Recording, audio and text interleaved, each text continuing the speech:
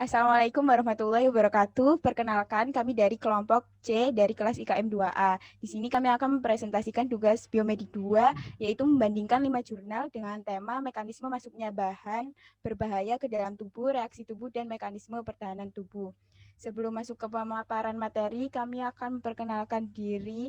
Dalam kelompok C ini ada beberapa anggota. Yang pertama yaitu Vanessa Azahra, yang kedua Tausia Rohma, yang ketiga Sally Amelia, yang keempat Alvin Ubaid, yang kelima Rosita Ambar, yang keenam Firtahayu, dan yang terakhir ada Jasmine Zaladis. Berikut adalah 5 jurnal yang akan kami bandingkan. Nah, kami mendapatkan judul jurnal ini, maksud saya jurnal ini melalui sumber terpercaya yaitu Google Scholar dengan kata kunci innate immune response dan negatif gram bakteria. Berikutnya bisa dilanjutkan oleh rekan saya. Ya, untuk selanjutnya terkait dengan identitas jurnal, yang pertama jurnal yang direview adalah jurnal internasional medical microbial yang ditulis oleh M.L. Isabel Fernandez, Filipina, Jason Sonetti dengan judul Shigella Interaction with Intestinal Epithelial Cells Determines the Innate Immune Response in Shigellosis. Jurnal ini diterbitkan pada tahun 2003 dengan volume 293 halaman 55-67. Yang kedua, jurnal yang direview adalah jurnal Microbes and Infection yang ditulis oleh Alice G. Lavey, Tamdin, Barbara, judul Innate Immune Response to Pseudomonas aeruginosa Infection. Jurnal ini diterbitkan pada tahun 2011 dengan 13 halaman 1133 sampai 1145. Next, tiga dari Journal of Immunology Research yang ditulis oleh Dong Liu dan kawan-kawan dengan judul Innate Immune Effectors Play Essential Role in Acute Respiratory Infection Caused by Klebsiella pneumoniae. Jurnal ini diterbitkan pada tahun dengan volume 2020 halaman 1 sampai 11. Yang keempat, jurnal Infectious Disease yang ditulis oleh kawan-kawan PLC1. Modulate Innate Immune Response to Vibrio cholerae. Jurnal ini tahun 249 sampai 1357. Yang terakhir, jurnal yang berasal dari jurnal Microbial and Biophysical Research Communications yang ditulis oleh R.B. Upton dan kawan-kawan dengan judul Escherichia coli Ghost Promote Innate Immune Response in Human Keratinocytes.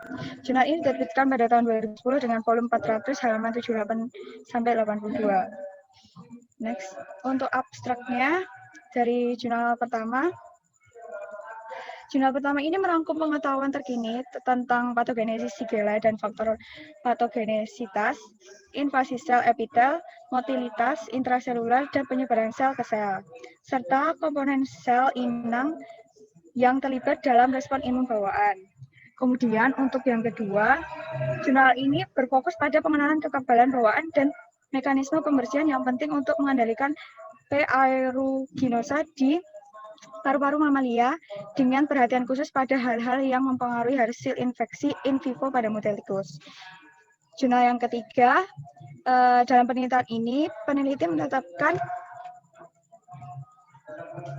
model pneumonia akut dari infeksi saluran pernafasan ke pneumonia pada tikus dan memastikan bahwa cedera paling parah pada 48 jam infeksi, pasca infeksi maksudnya.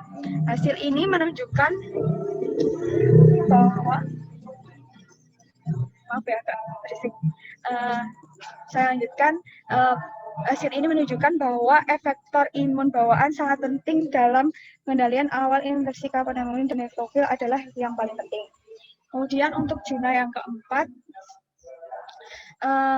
penelitian ini melakukan pemeriksaan imun pada LPLUNC1 dalam biopsi duodenum dari pasien kolera dan kontrol yang tidak terinfeksi. Hasilnya menunjukkan bahwa LPLUNC1 diekspresikan dalam sel panet dan kemungkinan berperan dalam modulasi respon inflamasi host terhadap infeksi V. cholera. atenuasi respon imun bawaan terhadap LPS oleh LPLUNC1 mungkin berimplikasi pada pemeliharaan hemostatis imun di usus. Kemudian untuk jurnal yang terakhir, ada analisis PCR, waktu nyata kuantitatif mengatakan bahwa inkubasi KC dengan BG dengan dihasilkannya dari E. coli tipe liar menginduksi ekspresi mRNA dari antimikroba psoriasin atau S100A7C dengan cara bergantung pada konsentrasi partikel BG. Namun, hasil yang diperoleh dari aktivitas endositik KC mencerminkan bahwa internalisasi BG sangat bergantung pada keberadaan flagelin di permukaan BG secara bersama-sama. Data yang diperoleh menunjukkan bahwa BG non-hidup yang memiliki semua sifat permukaan perekat biobakteri dalam keadaan aslinya, sementara tidak menimbulkan ancaman infeksius, memiliki kapasitas untuk menginduksi ekspresi modulator imun bawaan dan bahwa respon ini sebagian bergantung pada keberadaan dari flagelin.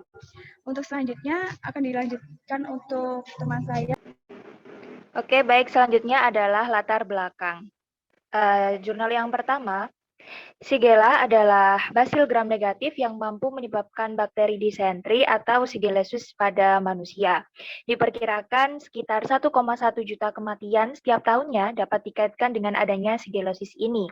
99% kasus tersebut terjadi di negara berkembang yang kebanyakan menyerang pada anak usia antara 1 sampai dengan 5 tahun. Oleh karena itu tentunya sangat diperlukan adanya vaksin dalam memberikan perlindungan terhadap serotipe utama, yakni Shigella. Untuk selanjutnya, yakni jurnal kedua, Pseudomonas aeruginosa adalah bakteri gram negatif patogen yang mampu menyebabkan berbagai penyakit akut dan infeksi kronis. Dalam hal ini, P. aeruginosa dikaitkan dengan penurunan fungsi paru serta pada peningkatan morbiditas dan mortalitas. Selain itu, Pseudomonas aeruginosa juga merupakan penyebab umum adanya infeksi yang memerlukan perawatan intensif dan salah satu penyebab utama adanya pneumonia. Selanjutnya, jurnal ketiga, Klebsiella pneumoniae merupakan patogen yang sering menyebabkan infeksi yang mengancam jiwa. Klebsiella pneumoniae menyumbang sekitar 5-20% kasus sepsis gram negatif, mengakibatkan kematian yang signifikan antara 27,4% dan 48% kematian pada pasien di ICU dengan infeksi Klebsiella pneumoniae. Sedangkan resistensi obat yang ekstrim dan tingginya infeksi dari Klebsiella pneumoniae ini mengakibatkan semakin sulitnya proses pengobatan infeksi dari Klebsiella pneumoniae. Oleh karena itu, diperlukan alternatif lain guna melakukan pencegahan atau pengobatan terkait adanya infeksi dari Klebsiella pneumoniae ini. Selanjutnya, jurnal keempat, kolera merupakan penyakit diare parah yang diakibatkan oleh infeksi dari bakteri Vibrio cholerae. WHO memperkirakan ada sekitar 3,5 juta kasus kolera setiap tahunnya dengan menyerang lebih dari 100.000 kematian. Data ekspresi gen dari biopsi duodenum pasien kolera menunjukkan adanya peningkatan regulasi dari banyaknya gen dengan mapan atau peran yang mungkin dalam kekebalan bawaan. LUNC1 merupakan anggota dari PLUNC protein serta produk yang disekresikan dari sel goblet dan kelenjar mukosa dari saluran pernapasan bagian atas dan rongga mulut. Next. Jurnal kelima, sistem kekebalan bawaan berfungsi untuk melindungi inang dari mikroorganisme yang menyerang dan akan memicu reaksi pertahanan dari tubuh. Komponen mikroba atau patogen yang berbeda akan dikenali oleh reseptor yang merupakan pola dari sistem kekebalan tubuh. Di sisi lain, bakteriagos atau biasa disingkat dengan BG merupakan selubung sel kosong tanpa sitoplasma yang dihasilkan oleh genlisis berkode plasmid E dari bakteriofag UX174 dalam bakteri gram negatif. BG dapat digunakan sebagai imunisasi terhadap lingkungannya sendiri, juga dapat digunakan sebagai alat transportasi zat aktif seperti doxorubicin, DNA, dan enzim. Selanjutnya akan dilanjutkan oleh teman saya. Baik, di sini saya akan menjelaskan tentang metode dari kelima jurnal yang kami gunakan. Next slide. Untuk metode jurnal pertama, jurnal ini itu menggunakan metode kualitatif. Nah, hal ini tuh dikarenakan jurnal ini merupakan jurnal review, sehingga data yang digunakan dalam jurnal ini adalah data sekunder yang berasal dari studi literatur atau studi pustaka.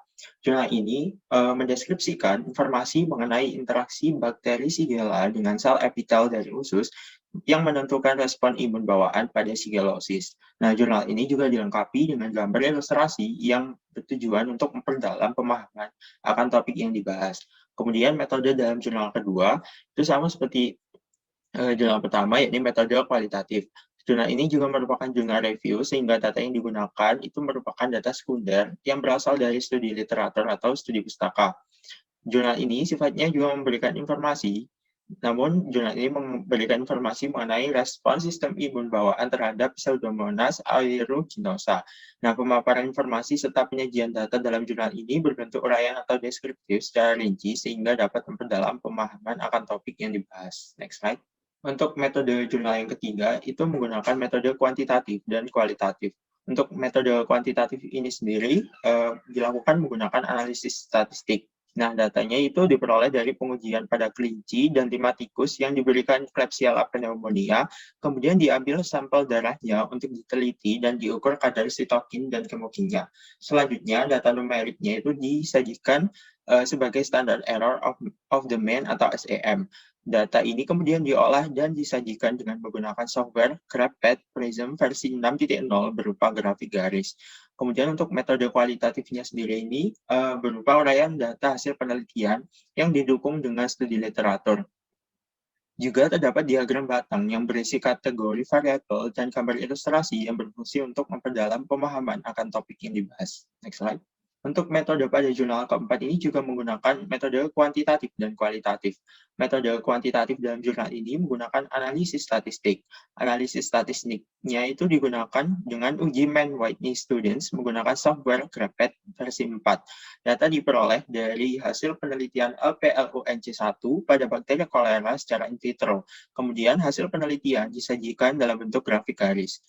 Kemudian untuk kualitatif, dalam jurnal ini itu berupa uraian penjelasan data hasil penelitian yang didukung dengan studi literatur. Selain itu, terdapat gambar ilustrasi dan diagram batang yang berisikan kategori variabel untuk memperdalam pemahaman akan topik yang dibahas. Next slide. Untuk metode jurnal kelima, ini juga menggunakan kuantitatif dan kualitatif. Metode kuantitatif itu dilakukan menggunakan analisis statistik. Data diperoleh dari pengukuran sitokin dan analisis imunoblot pada keratinosit utama manusia yang kemudian distimulasi oleh bakteri Escherichia coli NK9373 dan E. coli NK9375. Selanjutnya, data dianalisis menggunakan software GraphPad versi 5 dan disajikan dalam bentuk grafik garis. Untuk metode kualitatifnya itu sendiri berupa uraian penjelasan hasil penelitian yang didukung dengan studi literatur, kemudian juga terdapat diagram batang yang berisi kategori variabel untuk memperdalam pemahaman akan topik yang diteliti. Selanjutnya akan dijelaskan oleh teman saya. Hasil dan pembahasan dari jurnal yang pertama yaitu Shigella sangat menular karena menelan sedikitnya 100 mikroorganisme karena dapat menyebabkan penyakit, terutama karena ketidakseimbangan dalam mekanisme inang yang mengatur peradangan dengan adanya mikroorganisme yang menyerang. Shigella membutuhkan ekspresi fenotip invasifnya untuk melewati penghalang epitel kolon melalui sel M. Dengan cara ini, apoptosis disebabkan oleh aktivasi caspase 1 yang juga membelah prositokin pro-IL-1 beta dan pro-IL-18, melepaskan produk proinflamasi mereka yang aktif. Di Shigella pun, plasmid virulensi 213Kb yang besar mengandung gen yang dibutuhkan untuk mengekspresikan fenotip invasif. MXIM berinteraksi dengan MXID dalam serubung sel, mempengaruhi stabilitas MXID dan multimerisasi. MXIG juga berinteraksi dengan MXID, MXIM, MXID, serta MXIG dapat membentuk struktur transmembran yang diperlukan untuk proses perakitan kompleks jarum. Setelah induksi sekresi, SPE32 bersama dengan SPE33 mendorong translasi IPA invasin dari membran internal menuju membran bakteri luar. Dalam sitoplasma bakteri, IPA-B dan IPA-C mengikat secara independen ke pendamping umum, sedangkan IPGC Setelah sekresi, invasis ini membentuk kompleks. Dengan menggunakan esikultur non-polarisasi, telah ditunjukkan bahwa Shigella menginduksi pembentukan ekstensi seluler pada titik kontak bakteri dengan membran sel inang, sehingga menyebabkan proses makropinositotik yang menelan mikroorganisme. ICSA berinteraksi dengan vinkulin, dan meskipun tidak diperlukan untuk pergerakan bakteri, ia dapat berkontribusi untuk perakitan aktin yang diinduksi oleh Shigella. Selain itu, faktor depolimerisasi aktin atau kofilin, protein capping, dan profilin juga terlibat dalam stabilisasi ekor aktin. Respon inflamasi akut yang ditimbulkan oleh infeksi Shigella ditandai dengan eritema difus dan pembengkakan mukosa, pendarahan vokal, serta eksudat mukopurulen. Sehingga pada psikolesis ini, langkah awal invasi jaringan adalah epitel yang terkait folikel, di mana bakteri melintasi penghalang epitel melalui sel M. Next. Kemudian untuk pembahasan dari jurnal kedua, jadi Pseudomonas aeruginosa ternyata mampu mengekspresikan berbagai struktur permukaan yang penting untuk motilitas maupun bertahan hidup di lingkungan biotik dan juga abiotik. Hal ini disebabkan karena strain klinis dan juga laboratorium dari Pseudomonas aeruginosa menunjukkan variabilitas yang signifikan dalam mengekspresikan komplemen struktur permukaan, eksoprotein, dan juga eksotoksin. Nah, respon awal yang menonjol terhadap infeksi paru yang disebabkan oleh Pseudomonas aeruginosa ini adalah sekresi proinflamasi dari sitokin interleukin 1B. Infeksi paru yang disebabkan oleh Pseudomonas aeruginosa juga menyebabkan perekrutan besar-besaran neutrofil ke dalam saluran udara yang terinfeksi, di mana fungsi utama dari neutrofil yang direkrut ini adalah untuk mengeliminasi patogen. Kemudian selain itu, sel imun pertama yang mungkin bertemu dengan Pseudomonas aeruginosa ini di paru-paru adalah makrofag alveolar yang menetap di lokasi tersebut, di mana makrofag ini dapat menginternalisasi dan juga membunuh bakteri patogen, serta memfagosit neutrofil yang sekarat, serta menginisiasi perbaikan. Kemudian untuk sel epitel pada jalan napas yang merespon dari P. aeruginosa ini adalah dengan cara bergantung pada MAIDI-88 dan menghasilkan kemokin serta sitokin seperti KC dan juga IL-6. Epitel jalan napas ini adalah sumber utama dari kemokin neutrofil, sehingga hal ini memungkinkan bahwa epitel untuk bisa memperkuat sinyal yang dihasilkan oleh makrofag yang terpapar dari T3SS positif dari P. aeruginosa, sehingga nantinya bisa mengarah ke perekrutan neutrofil yang lebih cepat dan juga lebih kuat. Sedangkan untuk sistem komplemen, yaitu sebuah sistem yang merupakan mekanisme efektor penting dari sistem imun bawaan yang mampu membunuh bakteri secara langsung melalui perakitan kompleks serangan membran atau MAC pada selubung sel bakteri. Dari hal ini, maka bisa dilihat bahwa paru-paru mamalia memiliki banyak sekali mekanisme bawaan yang berbeda untuk mengenali dan juga merespons dari P. aeruginosa ini. Nah, dalam hal ini, maka jalur pensinyalan PLR dan juga IL-1R memainkan peran kunci dalam pengenalan awal P. aeruginosa dan juga organisme yang tidak memiliki adaptor MAIDI-88 yang secara umum ada pada kebanyakan organisme, maka apabila tidak memiliki hal tersebut, organisme tersebut bisa sangat rentan terhadap infeksi dari P. aeruginosa tersebut. Untuk jurnal yang ketiga, perbedaan strain Klebsiella pneumoniae sangat bervariasi dalam virulensi. Hasil penelitian menunjukkan bahwa sebagian besar kematian terjadi dalam 3 hari pertama, menunjukkan bahwa infeksi lebih parah selama periode ini. Sebaliknya, tidak ada kematian yang terdeteksi pada tikus yang diuji dengan dosis yang sama dari strain 700721 dan HXT, serta kematian 100% terjadi pada kelompok ini, ketika CFU ditingkatkan atau bahkan lebih tinggi dari 1 kali 10 pangkat 8 CFU. TNF adalah penanda peradangan yang penting. Peneliti kemudian menentukan tingkat penanda ini dalam sampel serum dan paru-paru pada tikus yang terinfeksi pada berbagai titik waktu. Seperti yang ditunjukkan pada gambar 3, pada jurnal, fakta mengejutkan bahwa kadar IL-1B, beta, dan TNF dalam serum tidak menunjukkan perbedaan dalam titik waktu yang berbeda dibandingkan dengan kontrol. Sedangkan kadar IL-6 sedikit meningkat 48 jam setelah infeksi dan diturunkan menjadi normal. Sedangkan pada level 72 jam, yang sesuai dengan level CRP, mengartikan sebagai penanda peradangan pada tubuh. Hasil penelitian menunjukkan bahwa kadar tertinggi dari ketiga kemungkinan diamati pada mencit atau anak tikus yang mengalami depresi neutrofil, yaitu 18 kali lipat, 25 kali lipat, serta 12 kali lipat lebih tinggi dibandingkan dengan tikus kontrol. Hasil ini kembali menegaskan bahwa neutrofil memainkan peran penting dalam mengendalikan infeksi Klebsiella pneumoniae. Faktor imunitas bawaan menunjukkan efek sinergis pada infeksi paru Klebsiella pneumoniae ini. Seperti yang ditujukan pada gambar 7, pada jurnal, ketika ditantang dengan dosis yang lebih rendah dari strain YBQ, semua tikus yang kehilangan efek imun bawaan ini mati dalam waktu 24 jam setelah infeksi. Sementara tikus kontrol yang tidak kekurangan efek ini tidak menunjukkan kematian selama periode monitoring. Next. Kemudian untuk pembahasan jurnal keempat, jadi uji bakteri dilakukan untuk menguji kemampuan long palate lung and nasal epithelium clone 1 protein atau LPLUNC1 dalam membunuh E. coli ataupun strain Eltor atau biotipe klasik dari Fibrocolera. Digunakan polymyxin B sebagai kontrol positif untuk membunuh bakteri gram negatif. Dalam hal ini, polymyxin B terbukti bisa menyebabkan pembunuhan strain klasik dari Fibrocolera. Kemudian untuk pemulihan Fibrocolera dan juga E. coli dilakukan dengan cara diinkubasi dalam LPLUNC1 dan hasil menunjukkan bahwa LPLUNC1 ini tidak memiliki sifat bakterisidal dalam kondisi in vitro ini. Kemudian dilakukan uji pertumbuhan bakteri dan ternyata tidak ada perbedaan yang signifikan pada pertumbuhan Fibrocolera dengan atau tanpa LPLUNC1. Dengan tidak adanya efek penghambatan langsung pada kelangsungan hidup bakteri, maka hal ini menunjukkan bahwa LPLUNC1 ini mungkin bertindak sebagai protein imunomodulator serta mempengaruhi induksi jalur pensinyalan TLR. Terkait hal ini, maka sel HEK293 yang secara stabil mengekspresikan TLR2 dan juga MD2 manusia ditransfeksi secara sementara dengan CD14, kemudian distimulasi dengan peningkatan jumlah pemurnian E. coli ataupun Fibrocolera LPS. Dan LPS yang dimurnikan dari Fibrocolera kemudian bisa untuk meningkatkan respon NF-kB dengan cara bergantung pada TLR4. Hasil ini menunjukkan kemampuan Fibrocolera O1 LPS untuk merangsang jalur pensinyalan yang dimediasi TLR4. Untuk mempelajari pengaruh LPLUNC1 pada pensinyalan TLR4 berbasis LPS, maka digunakan sel THP1 yang merupakan garis keturunan monosit manusia untuk mengevaluasi apakah LPLUNC1 ini menekan proinflamasi. Ternyata sel HEK293 dari hasil dalam sel THP1 tersebut menunjukkan bahwa LPLUNC1 ini menekan respons peradangan yang dimediasi oleh pengenalan TLR4 dan pada LPS. Untuk melokalisasi ekspresi dari LPLUNC1 ini, maka dilakukan imunohistokimia pada spesimen biopsi duodenum yang dikumpulkan dari 7 pasien kolera pada fase akut serta pada fase penyembuhan. Protein LPLUNC1 ini diamati di bagian mukosa jaringan duodenum, dan data ekspresi gen menunjukkan bahwa terjadi peningkatan ekspresi LPLUNC1 selama fase akut kolera.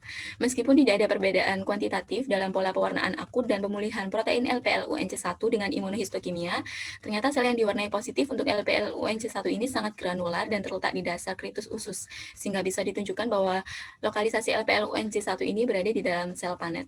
Next. Kemudian untuk jurnal kelima, ternyata telah dilaporkan bahwa dari supernatan kultur E. coli menginduksi ekspresi peptida antimikroba di KC epidermal.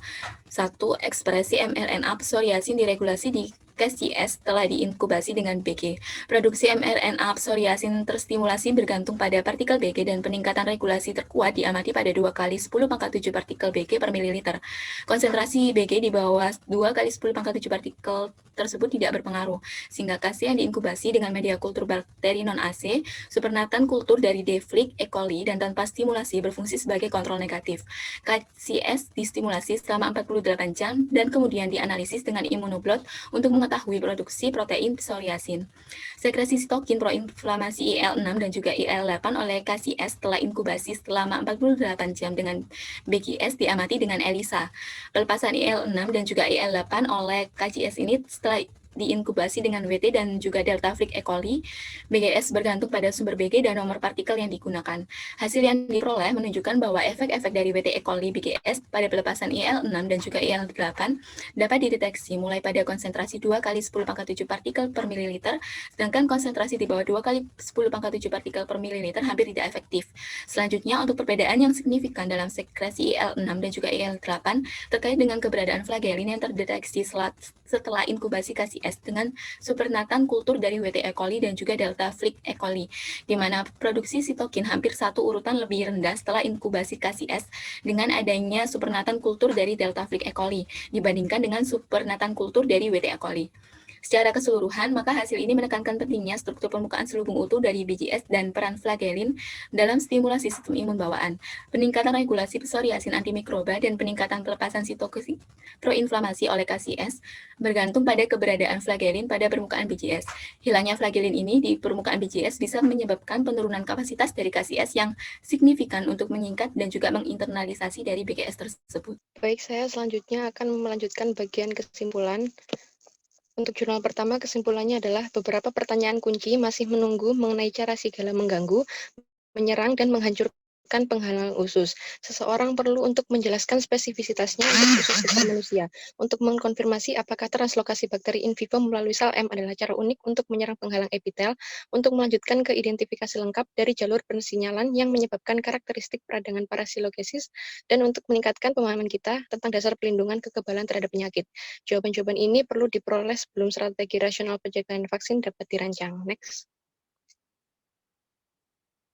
Untuk jurnal kedua, kesimpulannya adalah respon imun bawaan adalah alat utama untuk mengendalikan Pseudomonas aeruginosa.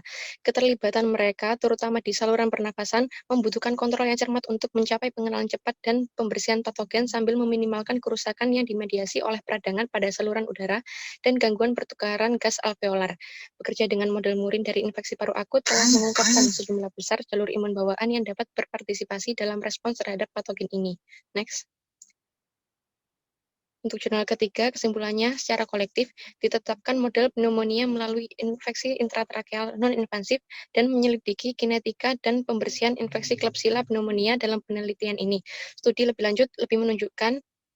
lanjut menunjukkan bahwa elemen pertahanan bawaan host memainkan peran penting dalam pengendalian awal infeksi paru Klebsiella pneumonia, dan neutrofil adalah efektor kunci untuk meningkatkan kelangsungan hidup. Dengan demikian, strategi alternatif dapat fokus pada efektor imun bawaan ini untuk meningkatkan pengendalian infeksi Klebsiella pneumonia. Next. Jurnal keempat, kesimpulannya, hasil menunjukkan bahwa LPLUNC1 diekspresikan dalam sel panet dan kemungkinan berperan dalam memodulasi respon inflamasi host terhadap infeksi Vibrio cholera. Atenuasi respon imun bawaan terhadap LPS oleh LPLUNC1 mungkin berimplikasi pada pemeliharaan homeostatis imun di usus. Sebagai kesimpulan, studi mengidentifikasi LPLUNC1 sebagai protein imunomodulator yang menurunkan respon imun bawaan yang dimediasi TLR4 terhadap Vibrio cholera LPS. Next. Untuk jurnal kelima, kesimpulannya hubungan antara aktivasi NOD2 oleh muramyl dipeptid atau MDP dan peningkatan produksi peptida antimikroba di KC primer telah dilaporkan. Dan dalam penelitian ini, penggunaan BG untuk menginduksi psoriasin telah dibuktikan. Oleh karena itu, hasil yang diperoleh menunjukkan penggunaan yang ideal dari BG yang tidak hidup dan aman dalam pendekatan terapeutik untuk meningkatkan sistem pertahanan kekebalan bawaan kulit. Potensi efek terapeutik BG dapat dikombinasikan dengan mengemas obat atau zat aktif biologis lainnya ke dalam BG yang juga dapat diberikan intraseluler untuk stimulasi efek kesehatan tambahan yang bermanfaat. Selanjutnya dilanjutkan oleh rekan saya. Dan pembahasan yang terakhir yaitu pendapat dari kelima jurnal yang kami bahas. 5 jurnal di atas membahas tentang respon imun bawaan terhadap bakteri gram negatif, di mana jurnal pertama dan kedua menggunakan metode kualitatif, sedangkan jurnal ketiga, keempat, dan kelima menggunakan metode kualitatif sekaligus dengan kuantitatif.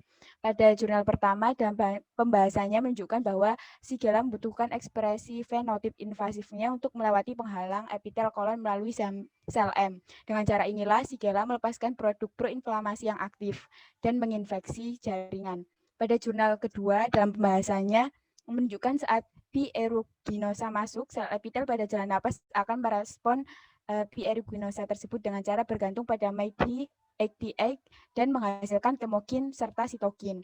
Pada jurnal ketiga, dalam bahasanya menunjukkan semua tikus yang kehilangan efek imun bawaan akan mati dalam waktu 24 jam setelah infeksi, sementara tikus yang tidak kekurangan efek imun bawaan ini tidak menunjukkan kematian selama periode monitoring.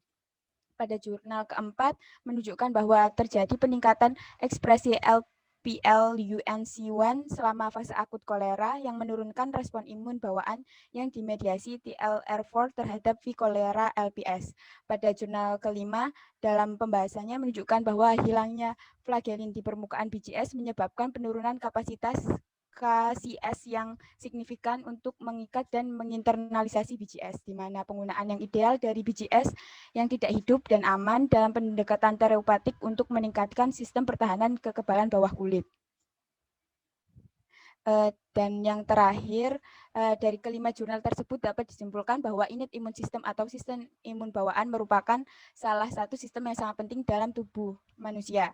Unit imun atau imun bawaan ini akan menjadi pertahanan pertama pada tubuh dan memberikan respon saat ada benda asing yang masuk ke dalam tubuh. Contohnya adalah mikroorganisme yang dapat masuk ke dalam tubuh melalui berbagai cara. Contoh mikroorganisme tersebut adalah virus, bakteri, fungi, protozoa, dan sebagainya. 5 jurnal di atas juga membahas mengenai respon imun bawaan terhadap bakteri gram negatif, di mana bakteri gram negatif tersebut dapat menyebabkan infeksi sehingga organ yang terinfeksi mengalami penurunan fungsi. Dengan berakhirnya pemaparan pendapat, berakhir pula pemaparan materi dari kelompok C kelas IKM 2A. Sekian dari kelompok C, kurang lebihnya kami mohon maaf. Wassalamualaikum warahmatullahi wabarakatuh.